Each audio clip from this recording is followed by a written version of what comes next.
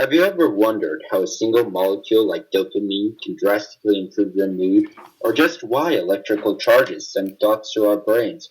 Congratulations! You've been thinking about the connection between biochemistry, the study of chemical processes in the living body, and psychology, the study of mental processes and behavior. On the surface, the microscopic workings of biochemistry don't seem at all related to the abstract workings of thought. However, despite the popular conception of the mind being intangible, a sense of self and personality is actually the result of very physical interactions between the neurons of the brain. And what controls these interactions? Biochemistry. Biochemical processes are very prominent in the signaling of the brain, using organic molecules known as neurotransmitters to continue a signal between two neurons. When brain biochemistry is thrown into disarray, whether from a virus or errors in neurons, a neuropathological disorder develops that can drastically change a person's psychological state. A neurotransmitter is any chemical that transmits a signal between two neurons by traveling through the synaptic cleft between them.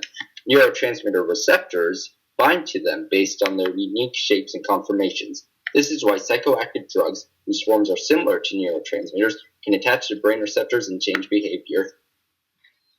Now, you may be wondering how these neurotransmitters can affect behavior. This is because specific neurotransmitters are associated with the different neural pathways of the brain, which tell the brain what to think or do. For instance, the reward pathway signal is strengthened by dopamine, creating the sensation of pleasure. Although certain neurotransmitters are known for specific pathways like dopamine, scientists are constantly finding new ways that existing chemicals interact with the brain.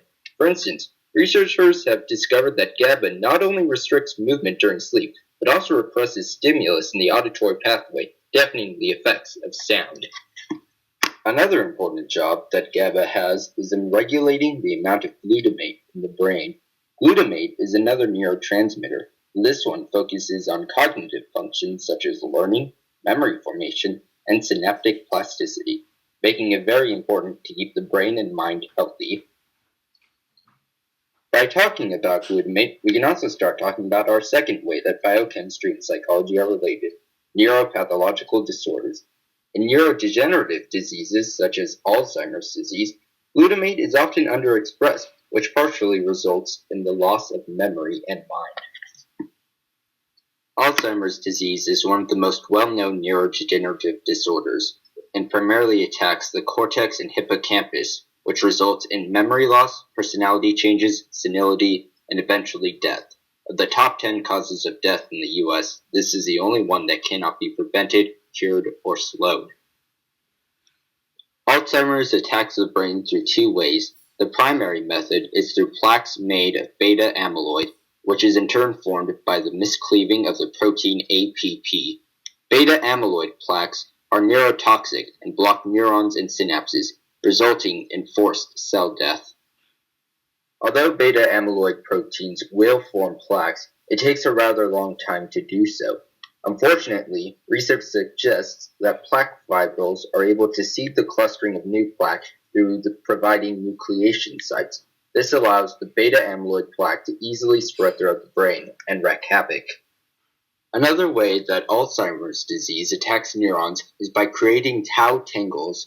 In this misfolded state, the tau proteins are no longer able to stabilize the microtubules that provide intracellular transport in the neuron, causing the cell to wither and die.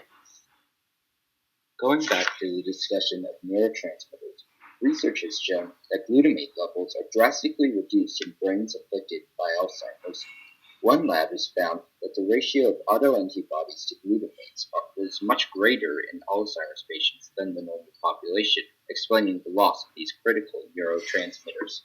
As there is a steady decrease in glutamate levels even before physical brain deterioration occurs, measuring glutamate levels can be used to detect Alzheimer's in its early stages.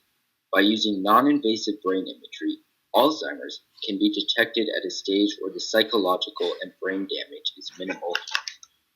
However, although Alzheimer's can be detected at an early stage, there is no known way of treating or slowing the disease. This challenge is why so many researchers who need to be skilled in both biochemistry and psychology are studying this disease in the hope to eventually eradicate it.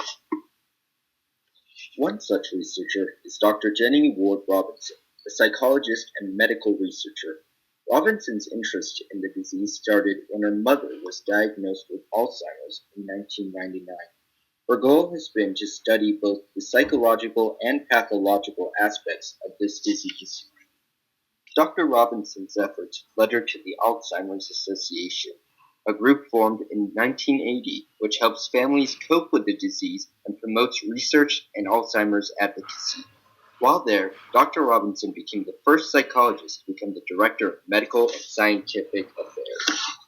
Another scientist who has been researching Alzheimer's with both biochemistry and psychology is Dr. Peter J. Snyder, who got his master's and doctorate at Michigan State University. He is currently a professor at Brown University and chief research officer for numerous Rhode Island hospitals. In his research, Dr. Snyder has advocated for the use of the pattern separation task, which measures the ability to store or retrieve memories. Although brain imaging can be used to detect Alzheimer's, it is not always practical or cheap.